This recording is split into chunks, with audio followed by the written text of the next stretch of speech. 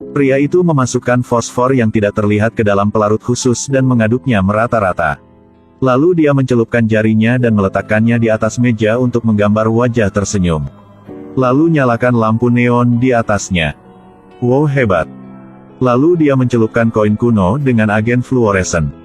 Koin itu kemudian dikirim secara anonim ke kurator museum. Ketika manajer membuka kotak, dia melihat koin-koin kuno.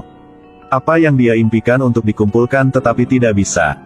Setelah tangannya ditutupi dengan agen fluoresen, rekan setimnya mengambil harta karun itu untuk membuat film pura-pura. Kemudian gunakan meteran radiasi laser ke kamera. Alarm penginderaan panas diarahkan ke bagian bawah lemari pajangan. Saat itulah para penjaga menemukan lonceng peringatan di kamar galeri nomor 8 telah dipasang. Jadi mereka bergegas memanggil manajer. Manajer menyuruh penjaga keamanan untuk mengaktifkan mode anti pencurian.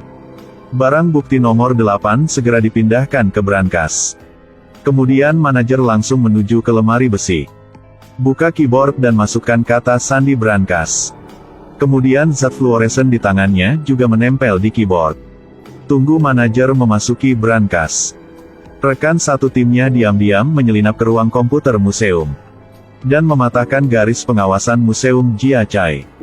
Dan letakkan seutas di garis pengawasan museum. Setelah mereka selesai, mereka dapat melihat semuanya di ruang itu.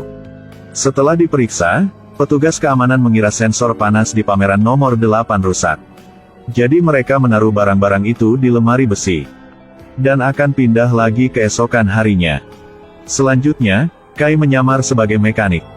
Akses mudah ke museum dengan KTP palsu. Setelah dia masuk, Kai langsung ke kamar mandi. Dia menanggalkan pakaian mekaniknya dan menjadi pria kaya. Lalu buang alatnya ke tempat sampah. Dan bawa hanya satu dudukan sekrup listrik. Kai menyisir rambutnya dan memasuki meja depan dengan lembut.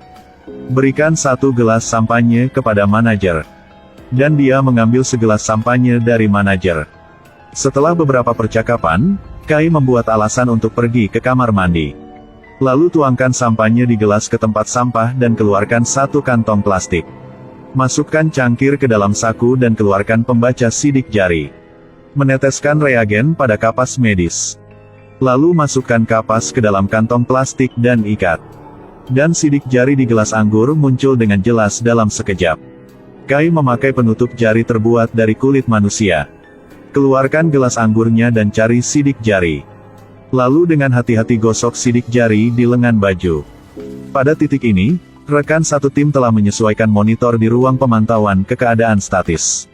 Kai membuka lift ke ruang bawah tanah dengan sidik jari manajer yang dicuri. Kai dapat dengan mudah memasuki brankas. Dia membuka keyboard. Lalu nyalakan lampu neon di keyboard. Kai mengumumkan karakter pada keyboard dengan zat fluoresen kepada rekan satu tim. Rekan satu tim dengan cepat menguraikan brankas. Kai memasukkan kode yang didekripsi dan berhasil masuk ke dalam dengan sangat mudah. Baki menarik keluar dan membuka bulu domba pameran nomor 8. Dan di dalamnya ada buku kertas bernilai miliaran dolar. Kai kemudian menggunakan obeng listrik untuk membuka sekrup di atasnya. Keluarkan gulungan kertas 1 miliar dolar dan masukkan ke dalam kantong plastik.